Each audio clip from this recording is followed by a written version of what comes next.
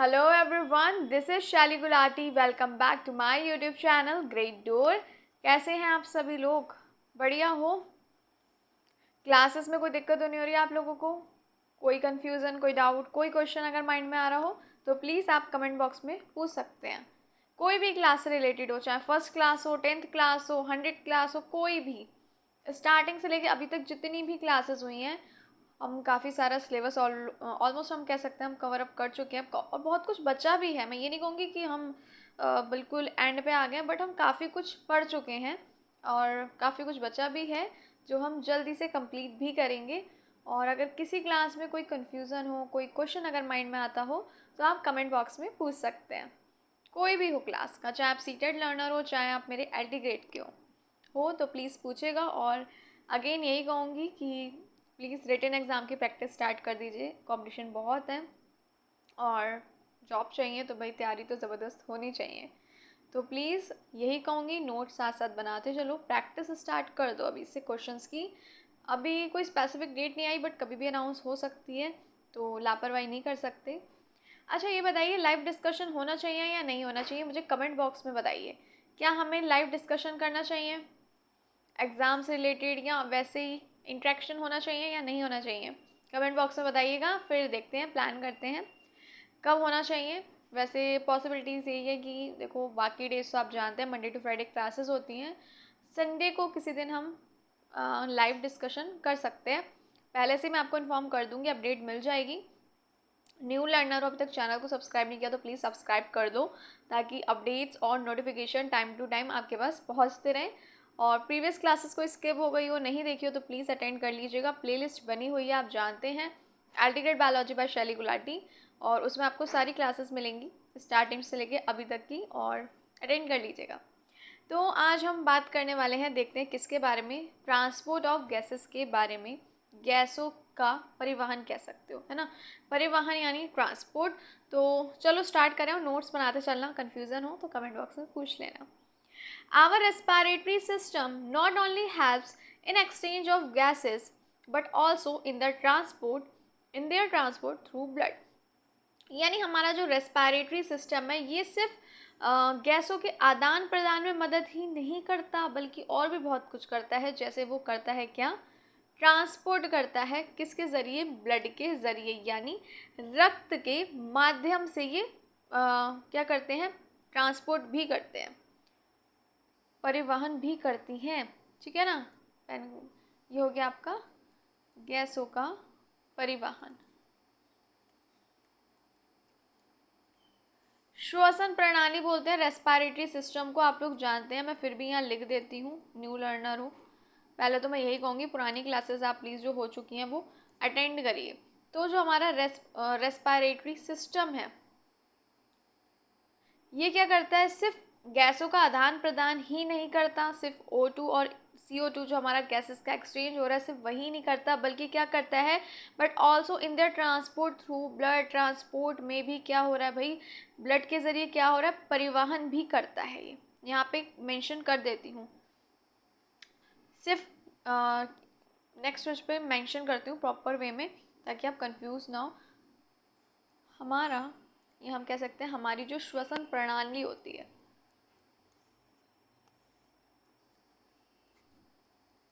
ये हो गया आपका रेस्पिरेटरी सिस्टम। ये केवल गैसों के आदान प्रदान में ही नहीं, बल्कि किसमें? ट्रांसपोर्ट में भी मदद करता है, परिवहन में भी। केवल गैसों में नहीं, एक्सचेंज में नहीं, यानी आदान प्रदान में नहीं।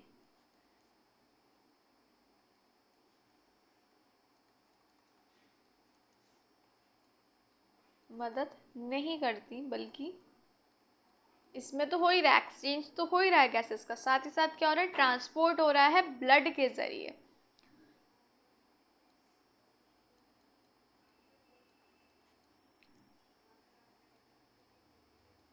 बल्कि इनका रक्त हो गया आपका ब्लड, रक्त के माध्यम से, यानी ब्लड के थ्रू से ट्रांसपोर्ट भी करती हैं ये।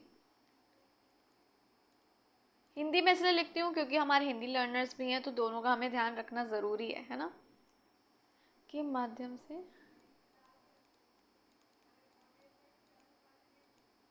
परिवहन भी करती हैं।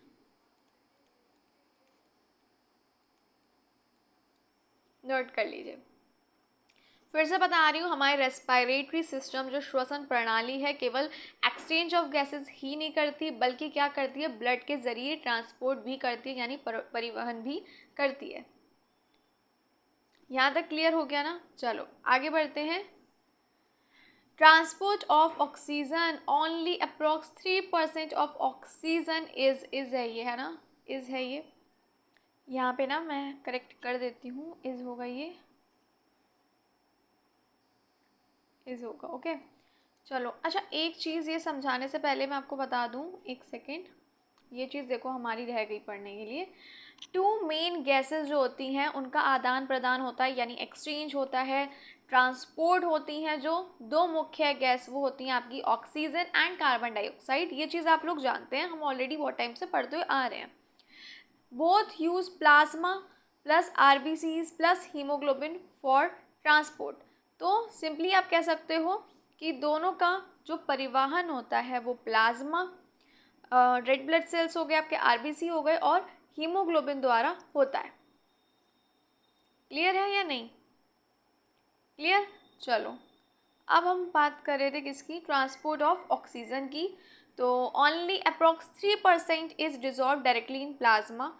जो लिक्विड पार्ट होता है ये ब्लड का, जो प्लाज्मा होता है, उसमें अप्रोक्स 3% ऑक्सीजन जो होगी वो घुलेगी, डायरेक्टली डिजॉल्व हो जाएगी।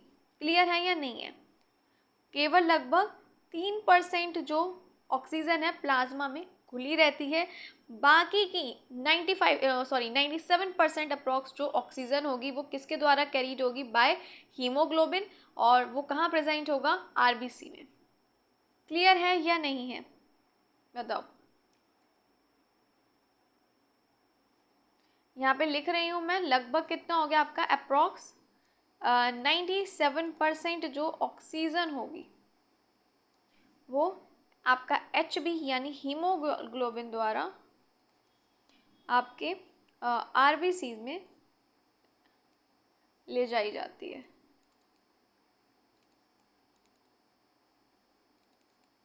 यानी रेड ब्लड सेल्स में अप्रॉक्स 97% ऑक्सीजन हीमोग्लोबिन द्वारा आपके रेड ब्लड सेल्स, आपके आरबीसी में ले जाई जाती है।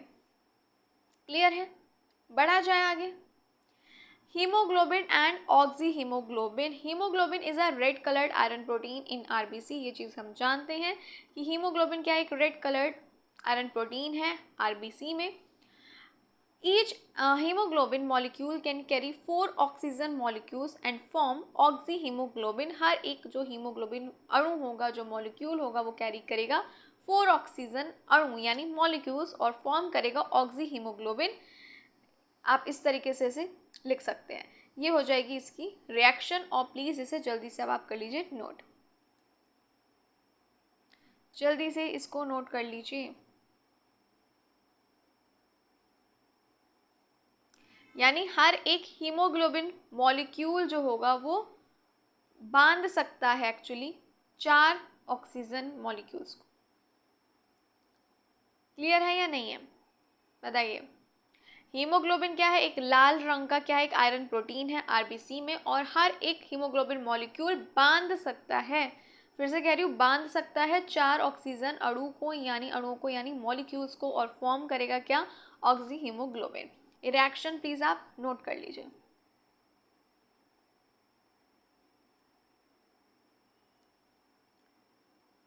आगे बढ़ रहे हैं। Factors affecting O2 binding. कौन कौन से फैक्टर्स होंगे जो अफेक्ट करेंगे O2 बाइंडिंग को, यानी ऑक्सीजन बांधने को प्रभावित करने वाले फैक्टर्स यानी कारण कौन से होंगे। Binding of oxygen with haemoglobin is reversible. जो ये ऑक्सीजन की जो बाइंडिंग होगी हीमोग्लोबिन के साथ, ये क्या होगी, रिवर्सिबल होगी। यानी ये जो प्रक्रिया है, यह प्रक्रिया जो होगी रिवर्सिबल, आपको पता ही है क्या होता है, उलटने योग्य, हिंदी में कहते हैं उलटने योग्य है। और किन पर निर्भर करती है, PO2 partial pressure of oxygen PCO2 partial pressure of CO2 यानी carbon dioxide, temperature and H plus ions concentration यानी आपका pH हो गया। हाइड्रोजन आइन हो गई आपके, है ना, हाइड्रोजन आइन, हाइड्रोजन आइन। क्लियर है? अच्छा, partial pressure of oxygen and partial pressure of carbon dioxide ये हम ऑलरेडी प्रीवियस क्लास में डिस्कस कर चुके हैं in detail. So please previous classes attend करिएगा, स्पेशली हमने ये टॉपिक डिस्कस किया था फ्राइडे सैटरडे में, तो क्लास अटेंड कर लीजिएगा। कोई क्लास स्किप नहीं करिए, मिस मत करिए। तभी मैं कहती हूँ हर एक क्लास अटेंड करो, बिकॉज हर एक टॉपिक आगे जाके ना कनेक्ट हो ही रहा है, और अगर आपने प्रीवियस क्लासेस नहीं देखी होंगी तो आप कनेक्ट नहीं कर पाएंगे और कन्फ्यूज़न होना नॉर्मल है। Then high PO2, low temperature and high pH favor oxyhemoglobin formation. Low PO2, high PCO2, higher temperature and low pH favor releases of oxygen tissues. चलो जी देखते हैं, ठीक है, देखना तो पड़ेगा, काफ़ी इम्पॉर्टेंट है ये। तो सबसे पहले हम बात करेंगे लंग्स में, यानी आपके फेफड़ों में high partial pressure of oxygen होगा, देन टेम्परेचर जो होगा वो कम होगा, लो होगा, high pH favour oxyhaemoglobin formation होगी। ये चीज़ आप लोग याद रखिए, समझते हुए चलिए, कंफ्यूज नहीं होना है बस। यहाँ पे लिख देती हूँ, ये तो आपको क्लियर है ही। हाई हो गया आपका पार्शियल प्रेशर ऑफ ऑक्सीजन, लो हो गया क्या आपका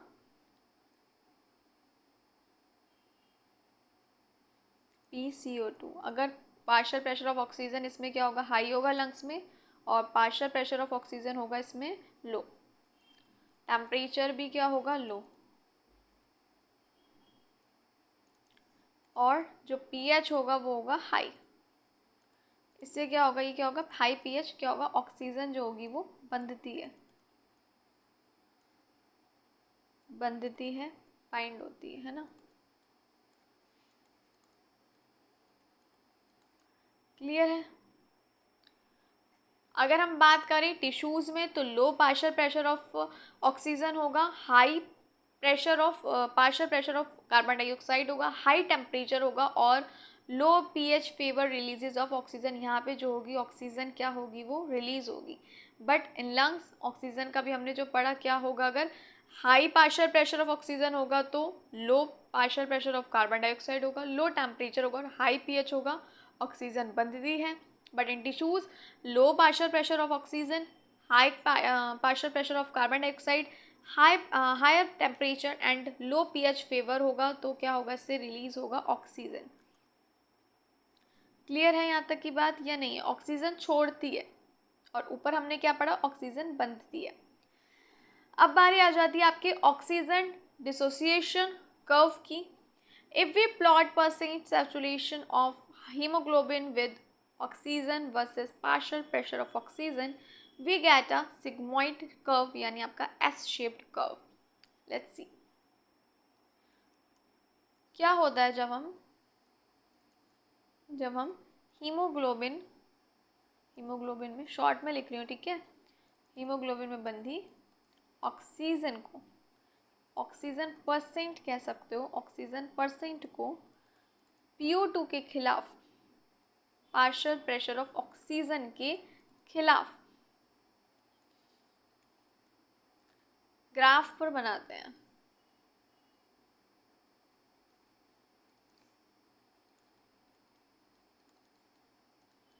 तो क्या होगा, एक एस कर्व आपको दिखेगा, एक S curve, S shaped curve,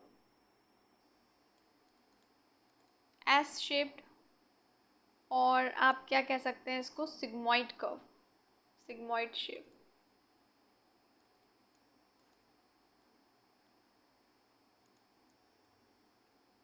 आपको मिलेगा, या आप कह सकते हो रेखा बनती है। क्लियर है? नोट कर लीजिए जल्दी से। जब हम हीमोग्लोबिन में बंधी ऑक्सीजन परसेंट को पार्शियल प्रेशर ऑफ ऑक्सीजन के खिलाफ ग्राफ पर बनाते हैं तो हमें एक एस शेप की वक्र रेखा बनती है। क्लियर है यहाँ तक? Sigmoid shape. At alveoli partial pressure of oxygen approx 100 mmHg, Hb saturation कितना होगा? Approx 97%. And at tissue partial pressure of oxygen approx 40 mmHg, then Hb saturation हो गया आपका approx 70%. So about 27% of oxygen is unloaded for tissues. ये note करो, then हम देखते हैं। जल्दी से नोट करो, फिर हम इसे देखते हैं।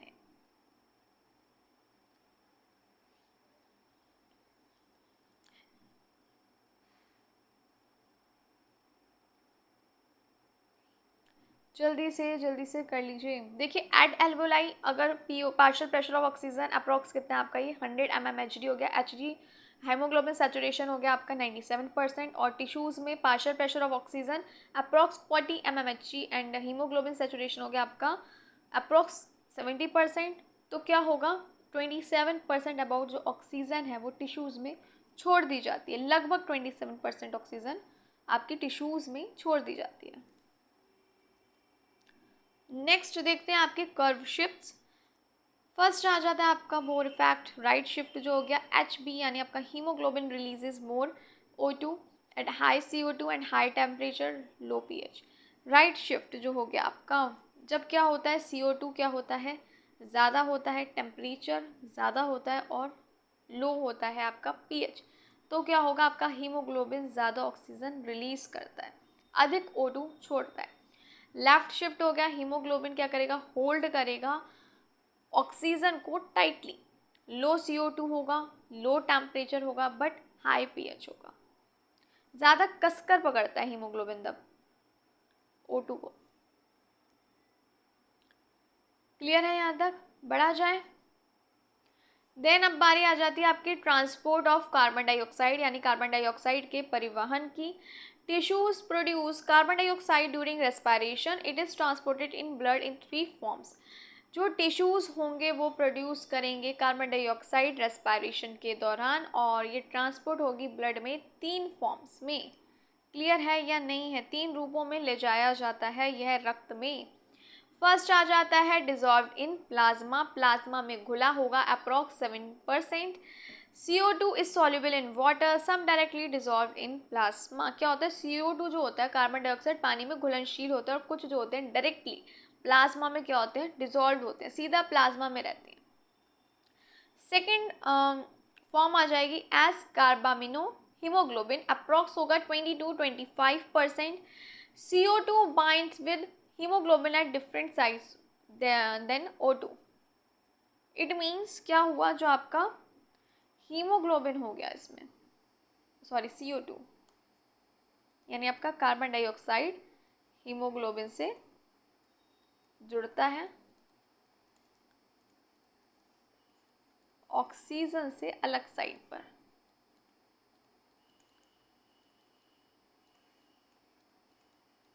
और रिएक्शन प्लीज नोट कर लीजिएगा, रिवर्सिबल रिएक्शन है ये। रिएक्शन प्लीज नोट कर लीजिएगा, रिवर्सिबल रिएक्शन है ये। आगे बढ़े, समझ आ रहा है ना? CO2 क्या होगा? हीमोग्लोबिन से जुड़ता है बट O2 से अलग साइड पे। अब आ जाता है as bicarbonates approx 70%। Major form है ये किसकी? ट्रांसपोर्ट की भाई। बायोकार्बोनेट्स के रूप में होगा आपका 70%। और ये क्या है? मुख्य तरीका है, मुख्य तरीका है, मेजर फॉर्म है ट्रांसपोर्ट की। Inside RBC enzyme carbonic and anhydrase, ये हो गया आपका एंजाइम कन्वर्ट्स। चलो ये क्या होगा? RBC में एंजाइम कौन सा हो गया आपका? ये CA, यानी आपका ये CA वो वाला CA नहीं है जिसकी सैलरी के टाइम को ज़रूरत पड़ती है। ये है आपका कार्बोनिक एनहाइड्रेज, ये हो गया आपका एक एंजाइम, ठीक है। CA CO2 प्लस H2O को क्या करता है, ये बदलता है।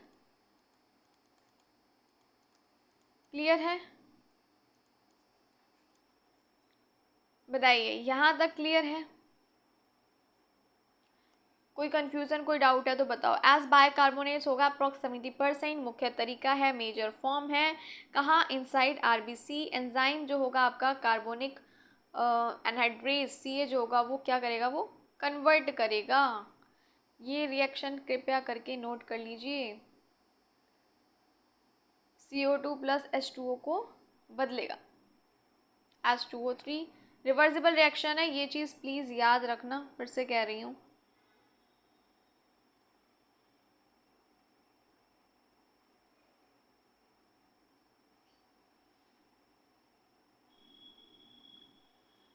कंफ्यूज मत हो ना, ये H2CO3 को क्या बोलते हैं, मैं यहाँ लिख देती हूँ, ये इरेज कर दूँ।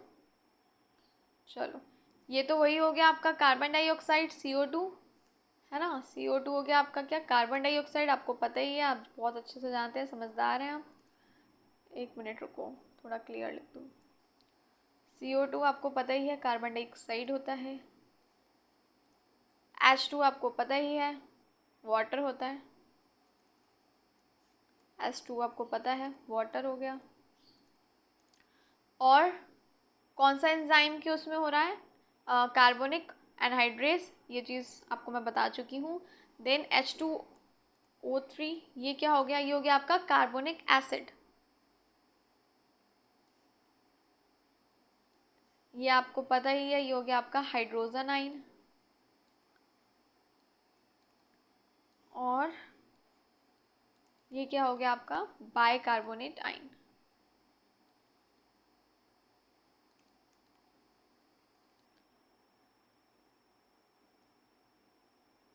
ये जो रिएक्शन होगी ये आरबीसी के अंदर होगी, एंजाइम की हेल्प से, कार्बोनिक एनहाइड्रेस एंजाइम की हेल्प से ये रिएक्शन आरबीसी के अंदर होती है। क्लियर है? आगे बढ़ें। चलो, अब बारी आ जाती है आपकी क्लोराइड शिफ्ट, और हम कह सकते हैं हैमबर्गर फिनोमेना की। तो ज़रूरी है पढ़ना, तो चलो जल्दी से स्टार्ट करते हैं।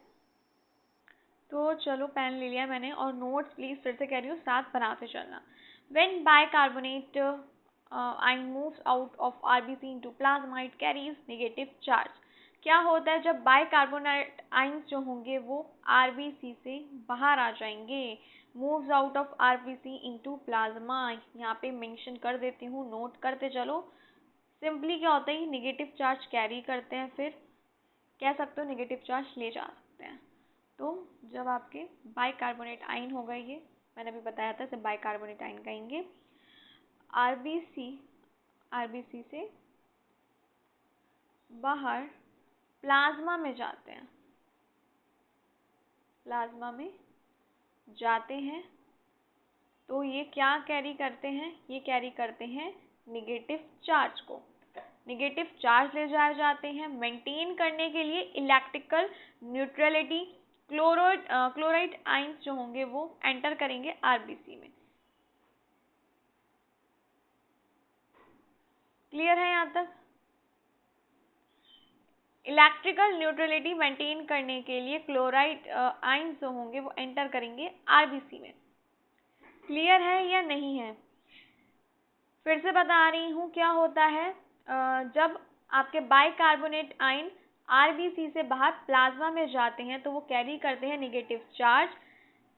इलेक्ट्रिकल न्यूट्रलिटी को मेंटेन करने के लिए जो क्लोराइड आयन होते हैं वो एंटर कर लेते हैं आरबीसी में, और ये जो एक्सचेंज है आयन का, यही कहलाता है आपका क्लोराइड शिफ्ट और हैमबर्ग फिनोमेन।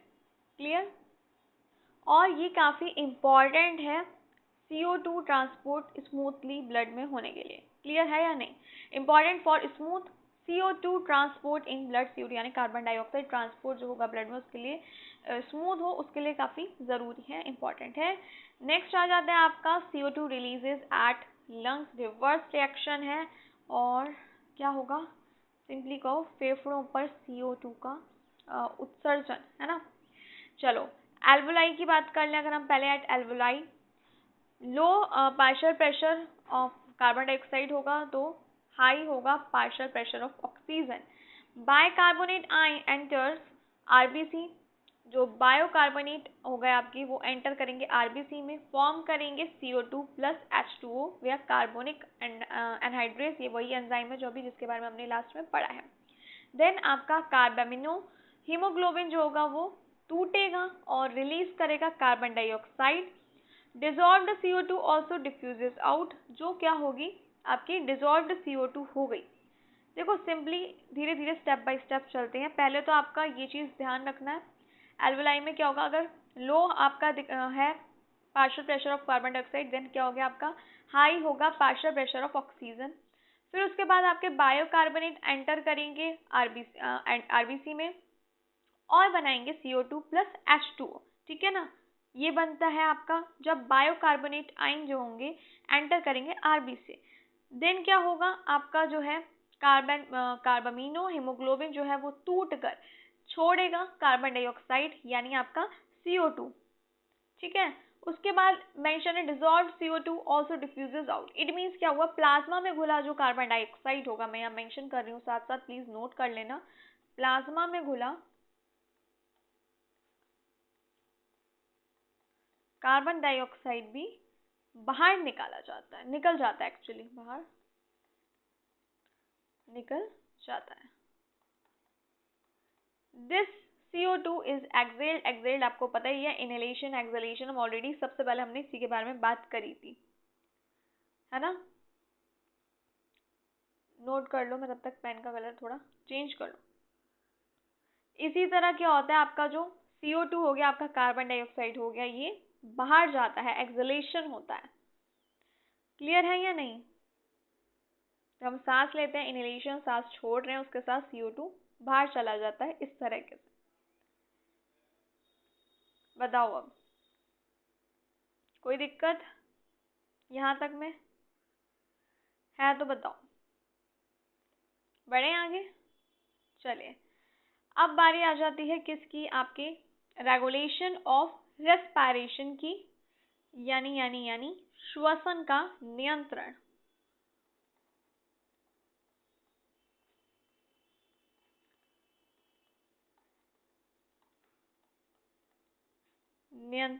ठीक है। Breathing is an automatic process, ये चीज़ हम जानते हैं, जो ब्रीथिंग है वो क्या है, एक ऑटोमेटिक प्रोसेस है। We do not need to think for every breath, हम सांस लेते हैं हम सोचते थोड़ी हैं कि हम इतनी बार सांस ले रहे हैं कितनी बार नहीं ले रहे हैं, ऑटोमेटिक प्रोसेस है ये, है ना। सो रहे हो जग रहे हो चल रहा है कंटिन्यूस, है ना, रुक जाए तो फिर हम ही नहीं रहेंगे। तो ब्रीथिंग क्या है, एक ऑटोमेटिक प्रोसेस है, ये चीज़ हम अच्छे से जानते हैं। ऑटोमेटिक को हम हिंदी में क्या बोलते हैं ये भी बता रही हूँ हिंदी लर्नर्स। ऑटोमेटिक हो गया आपका, हम कह सकते हैं स्वतः पुत्र, ठीक है ना, हमें ज़रूरत नहीं है सोचने की, ठीक है। तो ये किसके द्वारा कंट्रोल्ड होता है, बाय रेस्पिरेटरी सेंटर्स जो कहाँ होंगे in the brain, reflexes and chemical signals, यानी ये किसके द्वारा होता है, रेस्पिरेटरी सेंटर्स जो होते हैं ब्रेन में, रिफ्लेक्सेस एंड केमिकल सिग्नल्स, इनके द्वारा होता है ये नियंत्रण यानी कंट्रोल होता है ये। Respiratory centres in medulla and pons, चलो अब इसकी बात भी कर ली जाए, ज़रूरी है करना। तो इस रेस्पिरेटरी सेंटर्स लोकेशन क्या होगी, मेडुला एंड पॉन्स। पॉन्स क्या है, ये भी एक दिमाग का ही एक पार्ट है ये। तो respiration is mainly controlled by neurons in the brain stem. क्या होता है, रेस्पिरेशन किसके द्वारा कंट्रोल होता है, न्यूरॉन्स के द्वारा, जो कहाँ होंगे आपकी ब्रेन स्टेम में होती है, ठीक है ना। पेन ले लिया जाए।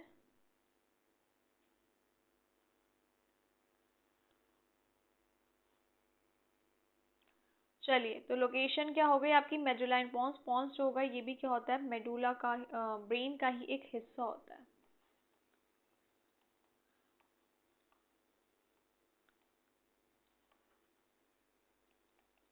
क्लियर है। There are respiratory groups of neurons, ये कुछ हैं रेस्पिरेटरी ग्रुप्स न्यूरॉन्स के। डोर्सल रेस्पिरेटरी ग्रुप DRG हो गया आपका, ventral respiration group VRG, pneumotaxic centre. Then आ जाता है आपका next one is apneustic centre, note कर लीजिए, इम्पोर्टेंट है ये, जल्दी से नोट कर लीजिए, काफी इम्पोर्टेंट है ये। ये हो गया आपका न्यूमेस्टिक केंद्र, ventral respiratory group, dorsal respiratory group, ये सब नोट कर लीजिए, काफी इम्पोर्टेंट है ये। और ये आपका एपनेस्टिक सेंटर फोर्थ वाला, इसको भी हम डिटेल में देखेंगे, पहले इसे नोट कर लो, जल्दी जल्दी से इसे नोट कर लीजिए, एक एक करके फिर हम इसे देखते हैं। अच्छा, एक काम करते हैं, पॉन्स के बारे में भी थोड़ा सा ना डिटेल डिस्कशन कर लेते हैं, देन हम आगे बढ़ते हैं ताकि आप लोग कंफ्यूज ना हो, ठीक है। एक ब्रेन का ही पार्ट है ये, मैं यहाँ पे मेंशन कर देती हूँ, और प्लीज़ नोट्स बनाते चलिए। तो आपके पॉन्स ये क्या है, ये क्या है, एक दिमाग का ही हिस्सा है, सिंपली आप कह सकते हो किसका, ब्रेन स्टेम का पार्ट है, यानी हिस्सा है, ठीक है ना, क्लियर है। अब इसकी लोकेशन क्या होगी, ये कहाँ पर होता है, चलो देख लेते हैं कहाँ होगा, मिड ब्रेन और आपके और मेडुला और मेडुला ऑब्लोंगेटा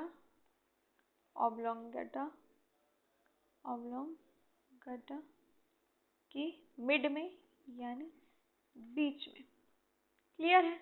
अब इसका काम क्या है भाई, काम कुछ तो होगा, बिना काम के नहीं होगा, ब्रेन तो वैसे ही बहुत काम का है, तो इसका मुख्य काम क्या है ना, वर्क क्या है इसका, तो यहाँ लिख भी देती हूँ, कंफ्यूज मत होना। इसके अब हम देख लेते हैं इसके मुख्य काम क्या है। तो सबसे पहले आ जाता है आपका रेस्पिरेशन, श्वसन को नियंत्रित करना,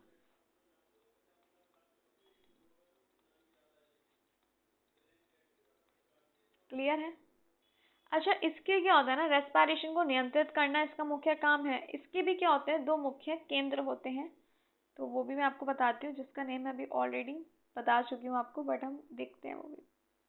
तो क्या होता है, इसके भी दो मुख्य केंद्र होते हैं, सिंपली इसमें कह सकते हो, इसमें एक मिनट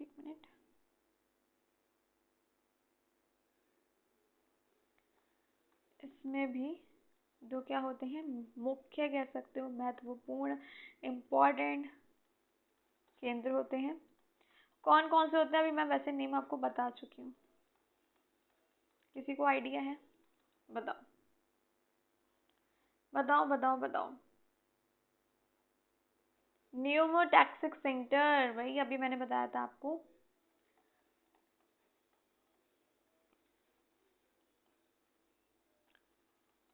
सेंटर, है ना।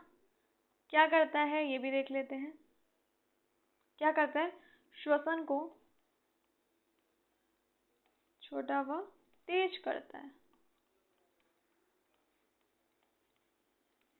दूसरा वाला बताओ कौन सा होगा, बताओ कौन सा होगा दूसरा, apneustic centre, second one is pneustic centre. ये क्या करता है भाई, ये भी बहुत काम का, ये क्या करता है, गहरी व लंबी सांस लेने में मदद करता है, क्लियर है। रेस्पिरेशन की कहानी समझ आ गई, बताओ, समझ आ गई, आगे बढ़े, दूसरा मुख्य काम क्या है इसका देखें। चलो, अब बारी आ जाती है दूसरी की, तो भाई आपकी जो नींद हो गई है ना, स्लिपिंग टाइम नहीं हुआ है, लेकिन आपका नींद हो गई, देन अराउजल हो गया आपका, अराउजल जागना, है ना, देन आ जाता है आपका सेंसरी सिग्नल्स हो गए, है ना, सेंसरी सिग्नल्स यानी आपकी संवेदनाएं, मोटर कंट्रोल हो गया आपका, इन सबको भी नियंत्रित करता है, मोटर कंट्रोल को अच्छा, मोटर कंट्रोल को बोलते हैं हम गतिशीलता, है ना, गतिशीलता।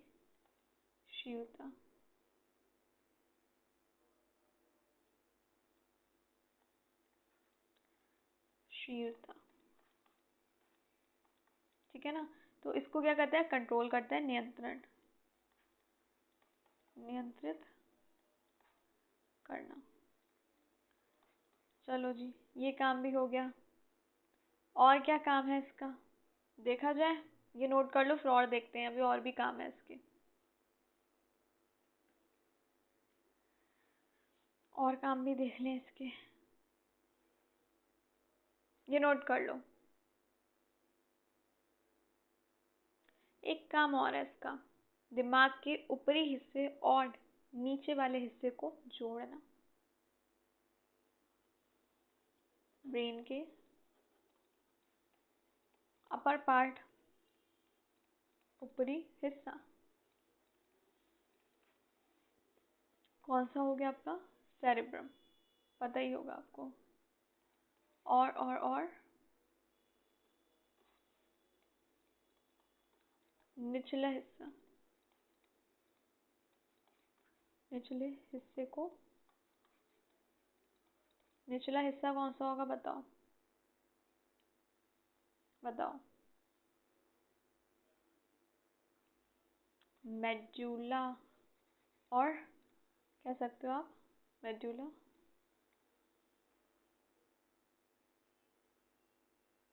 सेरेबेलम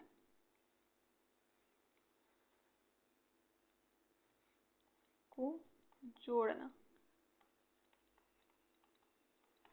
नोट कर लीजिए, जल्दी से नोट कर लीजिए, देन थोड़ा सा और देखते हैं। काफ़ी कुछ हमने पढ़ लिया ना पॉन्स के बारे में। चलो जल्दी से नोट करो।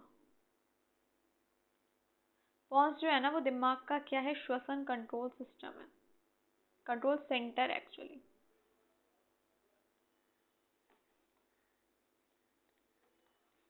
ब्रेन का या दिमाग का क्या है आपका, श्वसन कंट्रोल सेंटर, मैंने इंग्लिश लिख दिया। जो हमारी सांसों की जो रिथम है ना, उसको नियंत्रित करता है, कंट्रोल करता है। पेन और नोट्स प्लीज साथ साथ बनाते चलो, फिर कह रही हूँ। क्या करता है हमारी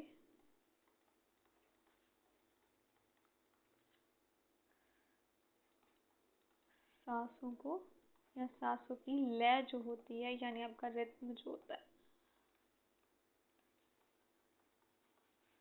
नियंत्रित करता है।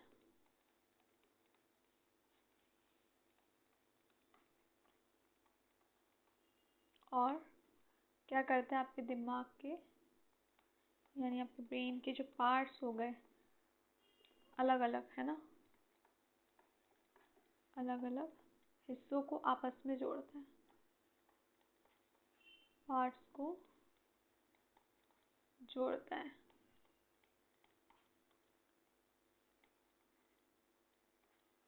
चलिए नोट कर लीजिए। यहाँ तक कोई कंफ्यूजन है तो बता दो अभी भी, फिर हम देखते हैं आगे हमें क्या क्या करना है।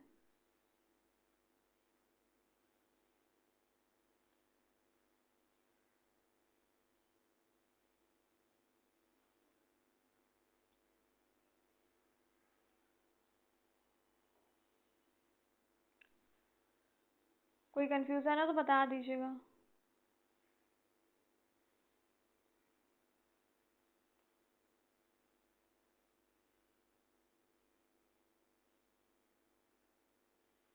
देखिए अब वापस जाएं जहाँ पे थे हम। तो ये हमने रेस्पिरेटरी ग्रुप्स की बात कर ली थी, तो चलो अब एक एक करके देखते हैं। सबसे पहले आ जाएगा आपका कहाँ गया डॉर्सल रेस्पिरेटरी ग्रुप, लोकेशन होगी मेडुला ऑब्लिंगेटा, और फंक्शन यानी कार्य क्या होगा, इनहेलेशन यानी इंस्पायरेशन, ठीक है ना, सांस अंदर लेना, इसका कार्य हो गया। These neurons send rhythmic signals to the diaphragm and external intercostal muscles via phrenic and intercostal nerves। ये जो न्यूरॉन्स होती हैं ये क्या देती हैं, रिदमिक सिग्नल्स देती हैं डायफ्राम को और एक्सटर्नल इंटरकोस्टल मसल्स को। किसके जरिए भाई, फ्रेनिक एंड इंटरकोस्टल नर्व्स के जरिए। ये एक्ट करती हैं पेस मेकर की तरह, pacemaker for breathing. Note कर लीजिए प्लीज जल्दी से।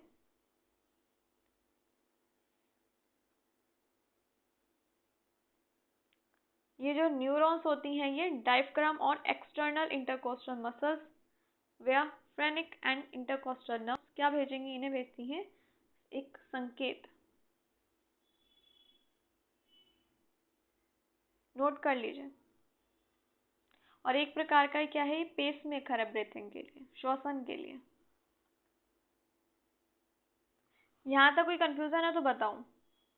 वो थोड़ा मुझसे उस टाइम लाइन पढ़ रही थी तो थोड़ा अगर फिर से करेक्ट कर देती हूँ, कंफ्यूज मत होना। ये जो न्यूरॉन्स हैं ये सेंड करती हैं डायफ्राम और एक्सटर्नल इंटरकोस्टल मसल्स जो हो गई, इनको क्या भेजती हैं, ये सिग्नल भेजती हैं।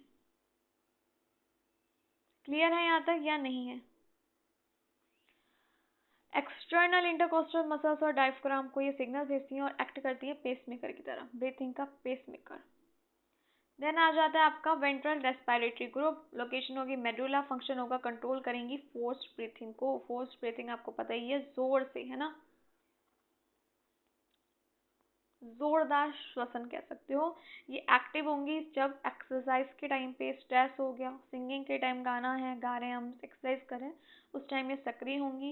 ये सिग्नल सेंड करेंगी for both inspiration and expiration when extra effort is needed. यानी क्या करेंगी, दोनों को नियंत्रित करना। एक तो हो गया इनकी कहानी, मैं सारी आपको यहाँ पे बता देती हूँ। सबसे पहले लोकेशन हो गई, फंक्शन हो गया जोरदार,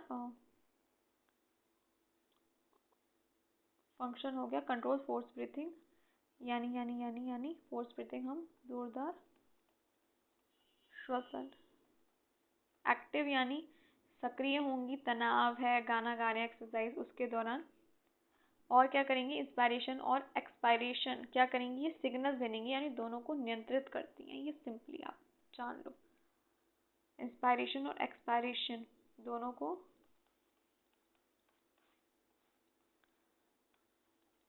नियंत्रित करता है ये।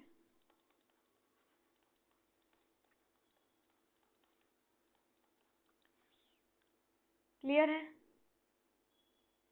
देन आ जाता है आपका न्यूमोटैक्सिक सेंटर, लोकेशन होगी पॉन्स, अपर ब्रेन, हम पढ़ चुके हैं। फंक्शंस क्या होगा, limits inspiration to avoid over inflammation of lungs. चलो इसका कार्य देख लेते हैं। सांस को अधिक देर तक, अधिक अधिक अधिक अधिक देर तक अंदर जाने से रोकना।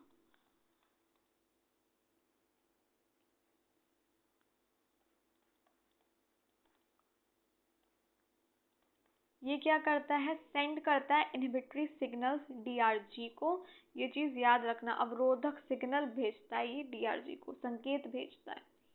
Increases breathing rate by shortening inspiration. ये इरेज कर दूं, नोट कर लो फिर इरेज करती हूँ।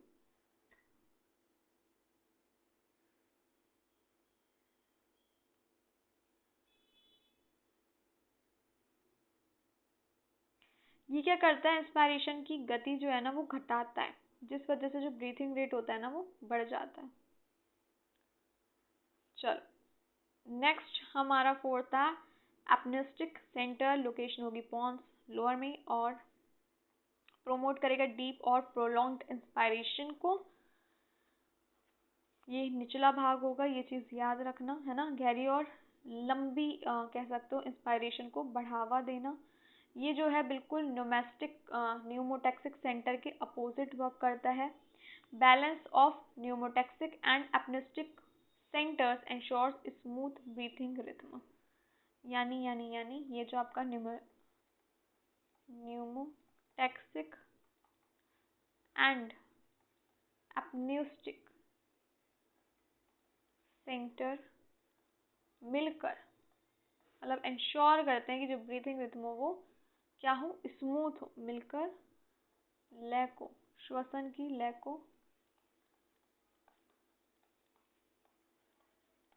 नियंत्रित करते हैं।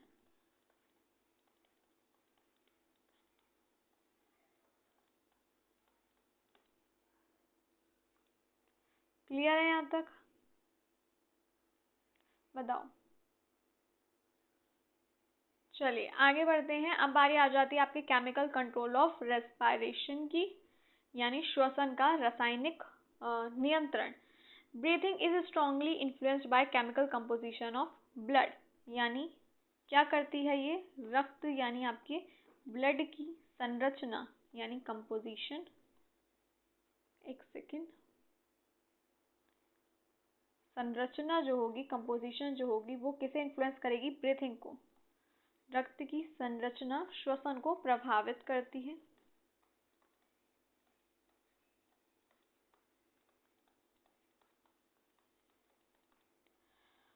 कीमो रिसेप्टर्स जो होंगे वो प्रेजेंट होंगे मेडुला कैरोटिड बॉडीज में, यानी आपका नेक हो गया, और आरोटिक बॉडीज में यानी हार्ट रीजन में।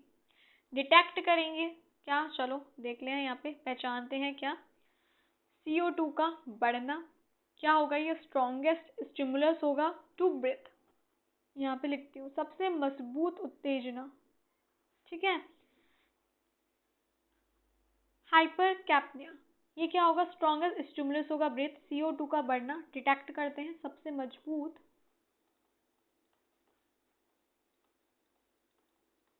उत्तेजना। देन हाइपोक्सिया, ऑक्सीजन का घटना। सेकेंडरी स्टिमुलस पीएच चेंजेस, यानी ये क्या हो गई, आपकी हो गई द्वितीय या द्वितीयक उत्तेजना, ये अलग है ना, अभी पढ़ते हैं ऐसे। ऑक्सीजन घटना यानी हो गया सेकेंडरी स्टिमुलस, और पीएच चेंज यानी हाइड्रोजन आइंस, यानी पीएच हाइड्रोजन आइंस में परिवर्तन। अगर CO2 जो होगा ब्लड में क्या होगा, बढ़ेगा, राइजेस होगा, देन मेडुला क्या होगा, स्टिमुलेट होगा और इंक्रीज होगा breathing rate to remove carbon dioxide, यानी कार्बन डाइऑक्साइड रिमूव करने के लिए CO2 क्या होता है, इसमें बाहर निकलता है। क्लियर है या नहीं है? स्टिमुलेटेड हम कह सकते हैं, मेडुला उत्तेजित होता है, ब्रीथिंग रेट बढ़ जाती है, और CO2 क्या होता है, बाहर निकलता है। नेक्स्ट आ जाता है आपका herring Breuer reflex, inflammation reflex हो गया ये आपका। चलो इसको देखते हैं, ये क्या है, एक प्रोटेक्टिव रिफ्लेक्स है, प्रिवेंट के लिए ओवर इन्फ्लेशन ऑफ लंग्स, यहाँ लिख देती हूँ, फेफड़ों को अधिकतर फूलने से बचाता है ये, है ना, लंग्स को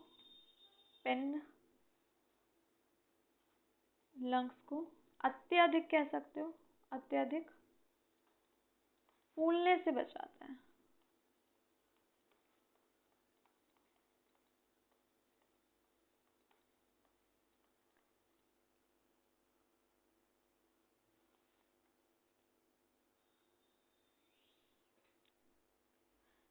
Stretch receptor involves of bronchi and bronchioles detect during lung inflation।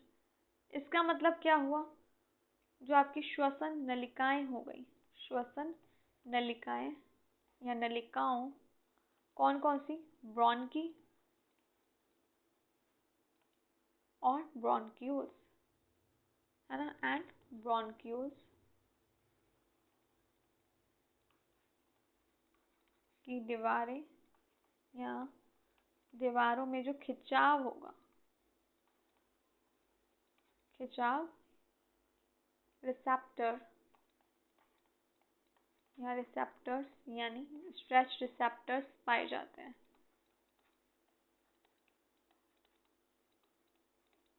Clear है?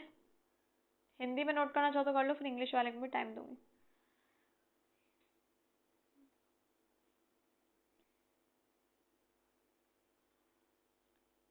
चलो नोट कर लो।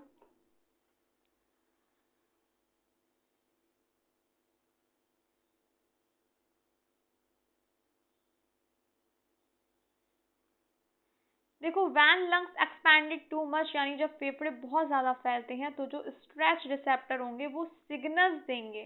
किसे? बताओ, जल्दी बताओ। वैगस नर्व के द्वारा डीआरजी को सिग्नल्स भेजते हैं। DRG is inhibited, inspiration stop, expiration start. क्या होता है? डीआरजी रुक जाता है और आपका इंस्पायरेशन स्टॉप हो जाता है और एक्सपायरेशन स्टार्ट हो जाता है। क्लियर है? इसको ही हम बोलते हैं आपका Hering Breuer inflation reflex. Important है इन्फेंट्स में भी, स्पेशली हम कह सकते हैं during deep breathing. Hering Breuer reflex, प्रतिव्रत। चलो, अब देखिए नेक्स्ट क्या है हमारा, रेस्पिरेटरी डिसऑर्डर। भाई आ जाता है सबसे पहले आपका अस्थमा, है ना। अस्थमा ये क्या है? एलर्जिक रिएक्शन हो गया, नैरोइंग ऑफ ब्रोंकियोल्स। यहाँ पे लिख देती हूँ, asthma allergic reaction, narrowing of bronchioles, allergic प्रतिक्रिया, नैरोइंग ऑफ हम कह सकते हैं श्वसन नलिकाओं का संकरा होना, नैरो होना, ब्रोंकियोल्स का नैरो होना।